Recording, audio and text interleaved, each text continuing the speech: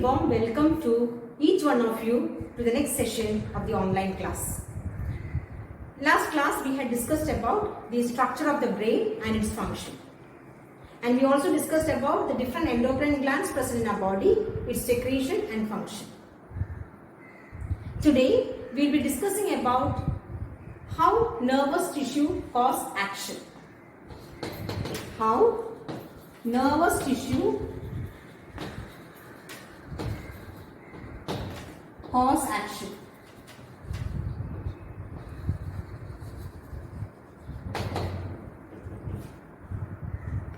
Last class we have been talking about how stimulus is received by the sense organs called receptors.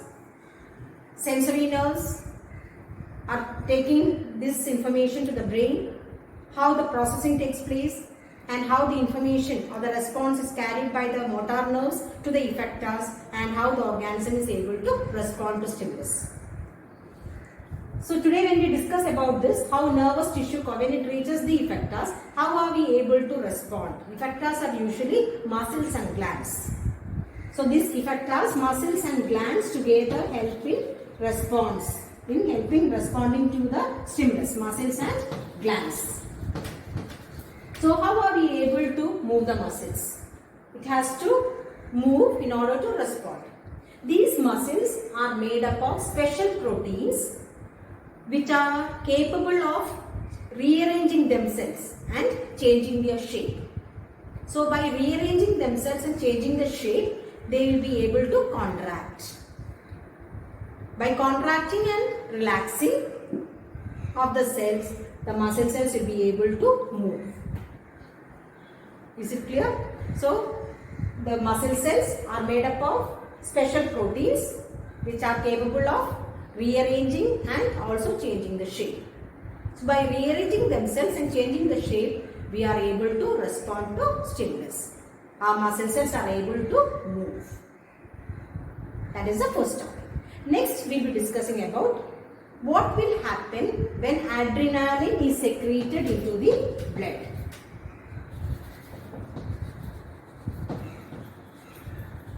When adrenaline is secreted into the blood. What is adrenaline? Adrenaline is a hormone secreted by the adrenal gland. There are two adrenal glands placed one on top of each kidney. Adrenal gland secretes adrenaline. Adrenaline is a stress hormone. So when we are tensed, when we are embarrassed, sad, happy, etc., this hormone is secreted. Once it is secreted into the blood carries this hormone to the target site. One among the target site is the heart. One target site is the heart.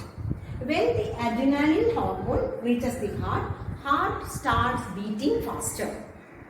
And when heart starts to beat fast, it pumps oxygen to the different parts of the body, especially to the glands, which are the effectors. Glands and muscles, which are the effectors.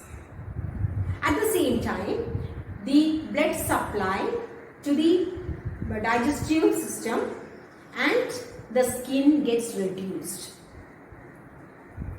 Why?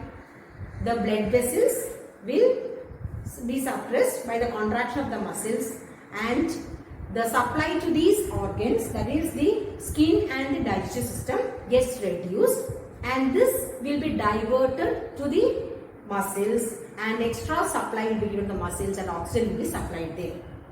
Thereby, we will be able to respond to stimulus. Hope it is clear. When adrenaline is secreted into the blood, it reaches the target site, that is the heart. Heart starts beating faster. As a result, more oxygen is pumped to the muscles. The supply of blood to the digestive system and the skin gets reduced, and this blood supply will be diverted to the muscles, and more oxygen is supplied there. Your diaphragm and the rib muscles will also work faster. As a result, the lungs will expand and contract fast, taking in more oxygen, and the supply of oxygen is controlled, is increased in this situation, and we will be able to respond to adverse conditions. third topic. So first topic was this. Second topic, what will happen when adrenaline is secreted into the blood. And the third topic which we are going to discuss today is feedback mechanism.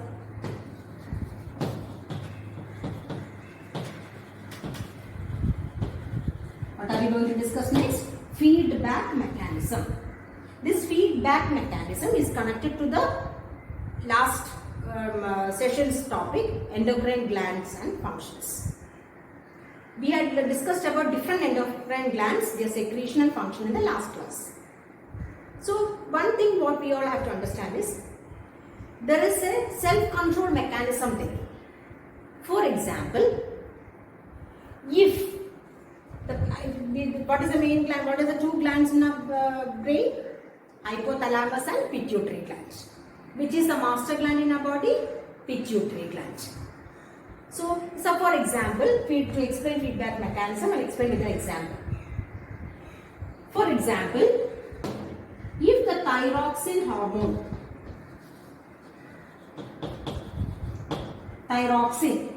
is a hormone secreted by the thyroid glands. When thyroxine hormone is less, when the hypothalamus in the brain detects that thyroxine is less in the body, in the blood, automatically this hypothalamus will secrete releasing hormone. I'll just write it here so it's clear.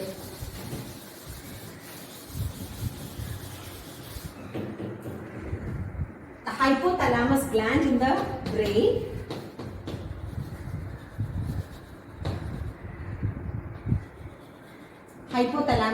when it detects that thyroxine is less in the body, when thyroxine is less in the body, is detected by the hypothalamus gland. When the thyroxine is less, when it is detected by the hypothalamus gland, it releases releasing hormone.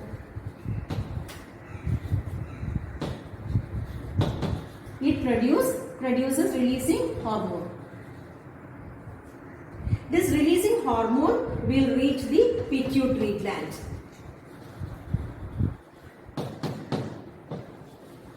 Releasing hormone will reach the pituitary gland. When this releasing hormone reaches that, when will this hypothalamus release releasing hormone? When it detects that thyroxine is less in the blood. When thyroxine is less in the blood, thyroxine in the blood, when it is detected by the hypothalamus, it produces releasing hormone. This releasing hormone reaches the pituitary gland.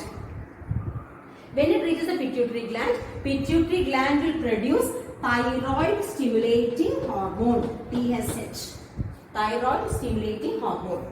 When thyroid stimulating hormone is released, this thyroid stimulating hormone reaches thyroid gland.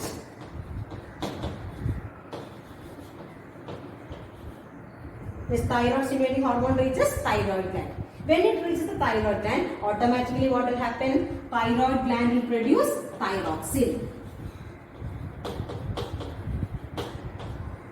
Clear? When thyroxine is produced, automatically the level of the thyroxine will increase.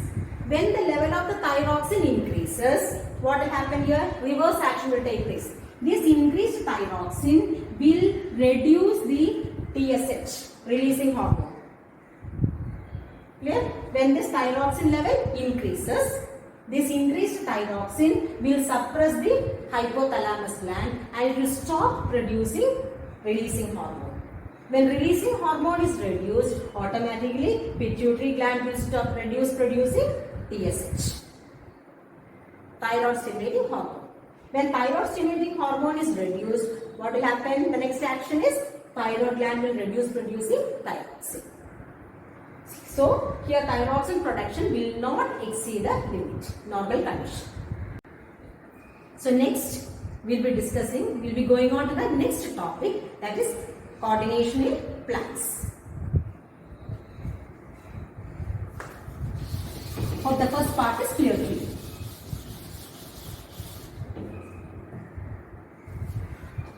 The topic which we are going to learn is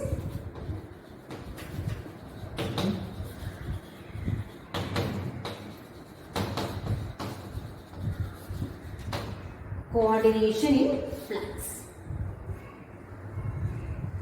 In animals, coordination involved two systems, that is nervous system and endocrine system.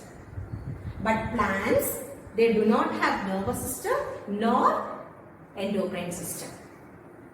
Then how do they respond? But proper control and coordination is also taking place in plants. How are they able to control and coordinate? Control and coordination in plants involves chemicals which are called as hormones. So plants has only chemical coordination.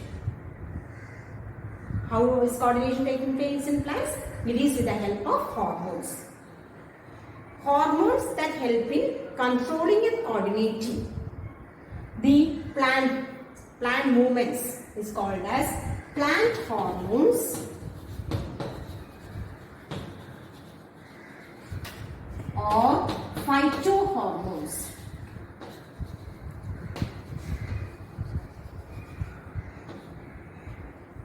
The chemicals secreted in the plants which help in control and coordinating are called as plant hormones or phytohormones. What are phytohormones? Phytohormones are chemicals secreted in the plant, that is in the cells, in small amount which help in controlling the growth and also all physiological functions. So, phytohormones or plant hormones are chemical substances secreted in the plants. They help in controlling the growth and also the movements in the body. So, movements in plants are of two types. There are two types of movements. Plants shows two types of movements. One is certain type of movements are growth dependent. Growth dependent movements. The other type of movement is growth independent. Growth independent.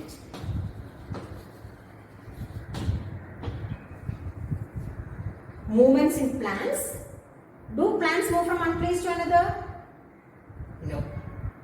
Usually plants don't move from one place to another. Movements in plants, moving from one place to another is called as locomotion. Plants usually show movements of curvature.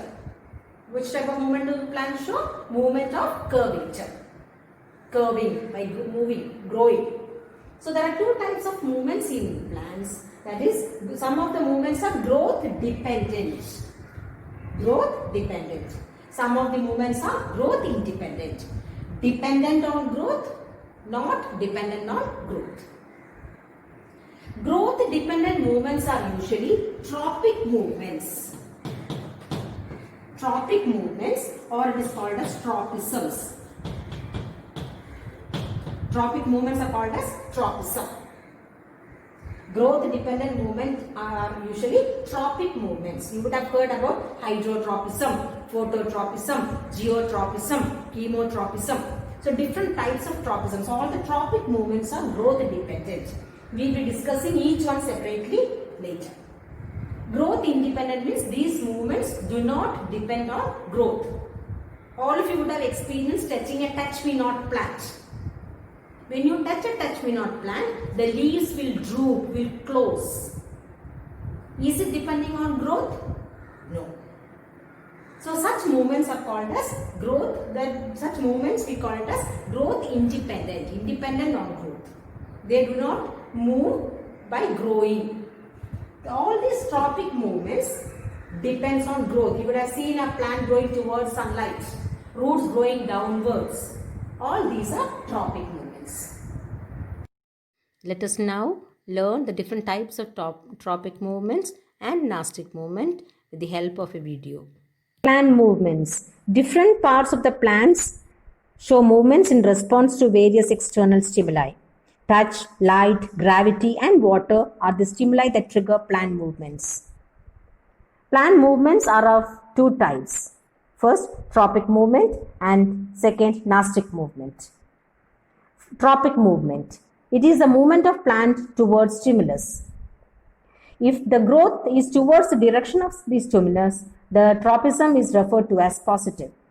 If it is against the direction of the stimulus, it is referred to as negative. Phototropism. Plants are very sensitive to light. The shoots tend to grow towards the light. This type of plant movement in response to light is known as phototropism. In phototropism, the shoot is positively phototropic, whereas the root is negatively phototropic. Geotropism. The roots of plants grow downwards while their shoots grow upwards against gravity. This type of plant movement in response to gravity is known as geotropism. In geotropism, the shoot is negatively geotropic and the root is positively geotropic. Hydrotropism. The roots of the plant grow towards the source of water. This is known as hydrotropism. Roots are positively hydrotropic. Chemotropism. The movement due to chemical stimulus is known as chemotropism. Example, pollen tube grows towards ovules. Nastic movements.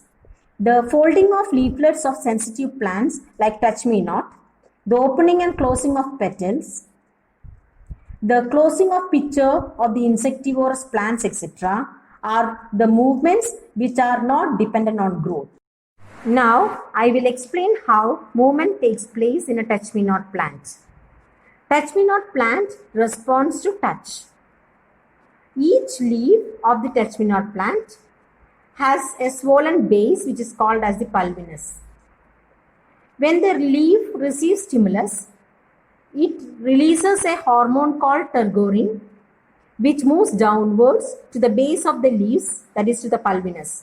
This will stimulate the pulvinus to release water by exosmosis.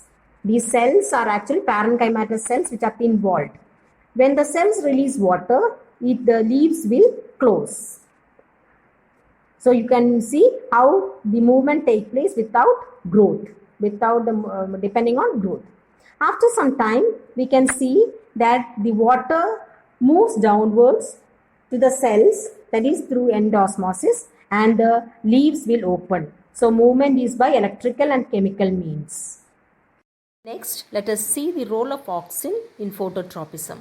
Auxin is a hormone which helps in the growth of the plant. We had discussed about this previously. This auxin is a hormone present in the tip of the plant, tip of the shoot. And the function of the auxin is elongation. It helps the cells to elongate, to grow.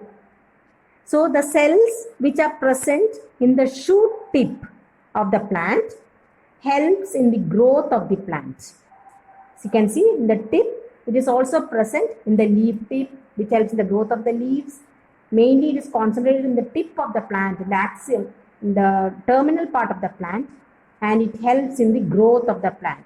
When it is accumulated at the shoot apex, it elongates the cells present there and results in the height of the plant, thereby helps in the growth. These auxins are helping the shoot to grow, and here we can see the shoot always bends towards light. Just imagine the light is received, the plant receives light from one direction. So when the plant receives sunlight, the cells on that part where it receives sunlight moves to the opposite side. Now I have taken a piece of this apex and enlarged so that it will be clear to you. All the purple dots here are the auxins. So when the cells receive sunlight, the auxins present on this area, that is the portion where it receives sunlight, moves to the shady part. Can you see it moving? Yes.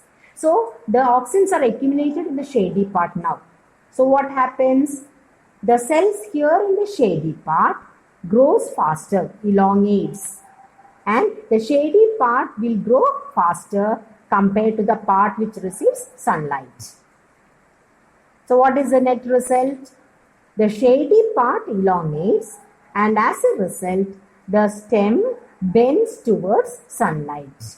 You can see now the cells on the shady part elongates or grows faster compared to the part which receives sunlight. As a result, what is the net result of this? The shoot part will bend towards sunlight. Now, we'll discuss about plant hormones, which are the chemical coordinators. Plant hormones or phytohormones are chemical substances other than nutrients produced naturally in plants which regulate growth, development, differentiation, and a number of physiological processes with or without translocation to other sites. They are commonly called plant growth regulators, since most of them either stimulate or retard growth. 5 major types of plant hormones are auxins, gibberellins, cytokinins, abscisic acid, and ethylene. 3 of them, that is auxin, gibberellins, and cytokinins, are growth promoters. Abscisic acid is a plant growth inhibitor. We will be discussing about each hormone separately. Now, the first hormone which we will be discussing is auxin. Auxin is synthesized at the shoot tip of the plant body. It promotes cell elongation, root formation, cell division, respiration, protein synthesis, water uptake, etc. Among all this, the most important point is auxins are synthesized at the shoot tip of the plant and it helps in the growth of the plant. It plays an important role in the development of seedless fruit. So as you see these slides, you may please note down the functions of these hormones in the notebook. So first hormone growth promoter is auxin. The main function of the auxin is it is present in the shoot tip and helps in the growth of the plant body. Next hormone is gibberellins. Gibberellins stimulate stem elongation, the most important function. Stem elongation. By helping in the stem elongation, the distance between the nodes will increase and as a result, the plant can grow taller. It also helps in seed germination and flowering. The maximum concentration of gibberellins is found in fruits and seeds. So gibberellins' main function is stem elongation. Next, growth promoter is cytokinins. Cytokinins are produced in dividing cells. The main function of cytokinin is it helps in cell division. In mature plants, cytokinins are produced in the root tips and are transported to the shoots. Since it promotes cell division, it helps in breaking the dormancy of the seed. What is dormancy? It is the resting period of the seed. When the seeds are dried and stored, it does not divide. The cells does not divide. It is the resting stage. The resting period is called as dormancy period of seeds. So in order to break dormancy, if the seed has to germinate, the cell division should start taking place. So in order to break dormancy, what is needed? Cytokine, the hormone cytokinins are needed. They delay aging of leaves, aging in leaves, and it promotes the opening of stomata. So the main function of the cytokinins, which is a growth promoter, is it helps in cell division. Next hormone is abscisic acid, and as I said before, abscisic acid is a growth inhibitor.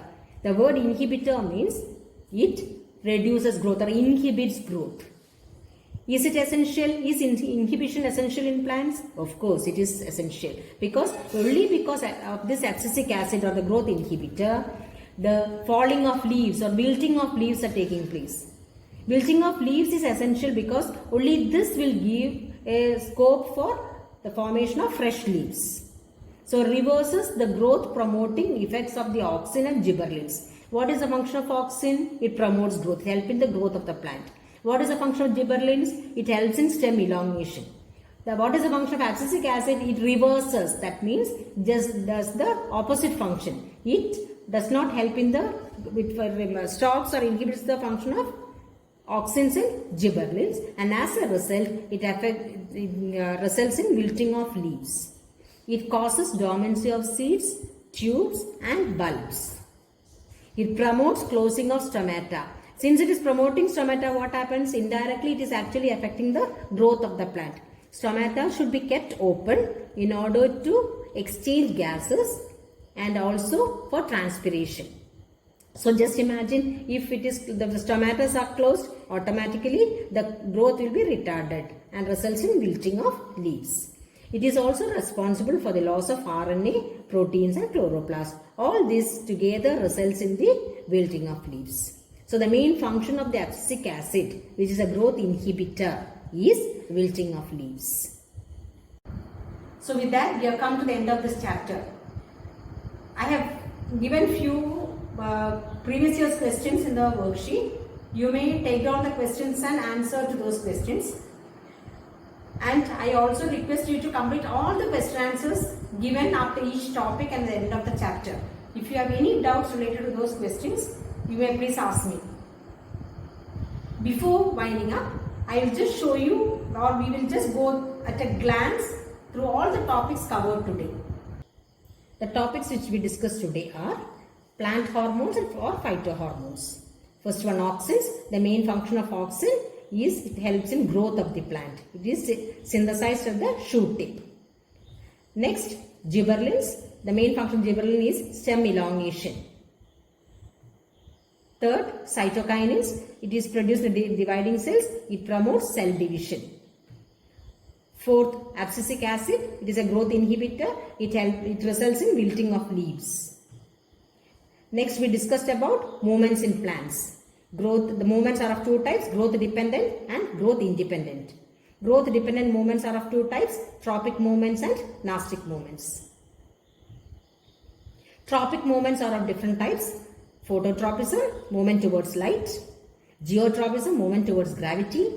Hydrotropism, movement towards water. Thigmotropism, movement towards touch. And chemotropism, movement towards chemicals. Phototropism, you can see here, it is a directional growth movement of curvature in response to light. This is the activity where you can see the plant bends towards sunlight. Next, geotropism, it is a directional growth movement occurring in response to gravitational pull. You can see whichever direction you keep the pot, the root always grows downwards. They are positively geotropic and shoot is negatively geotropic. Next, hydrotropism, the directional growth movement of curvature occurring in response to stimulus of water. So now I will explain the activity related to this.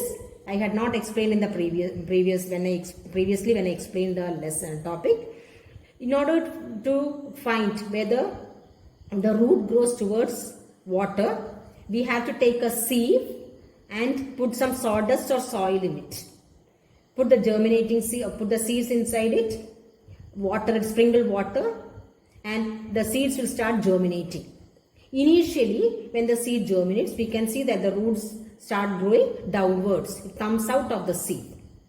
But after a few days, we can notice that, or we can observe that the roots which have initially grown downwards will bend backwards towards the soil.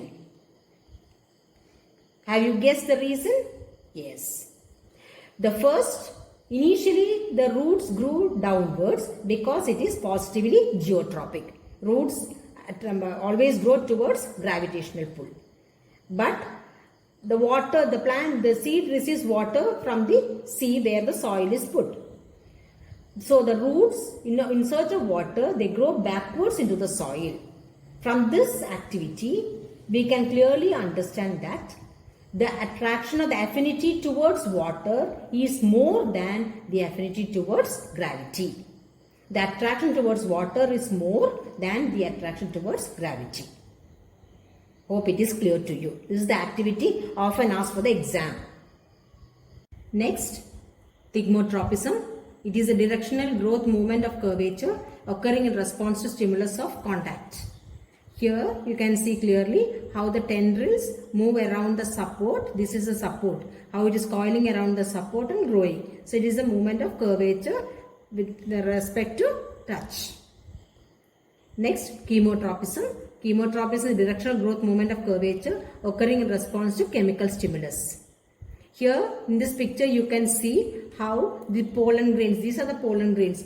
Once the pollen grain lands on the stigma, how it grows towards the ovum or the egg cell, where the chemical substance is present. Nutrient medium with carbon and boron is kept. So these are the chemicals which attract the pollen tube towards it. So it's an example for chemotropism. Along with this, we had also discussed about how nervous tissue cause action.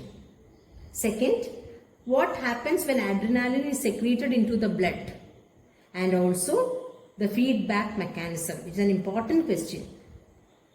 With that, we have come to the end of this chapter.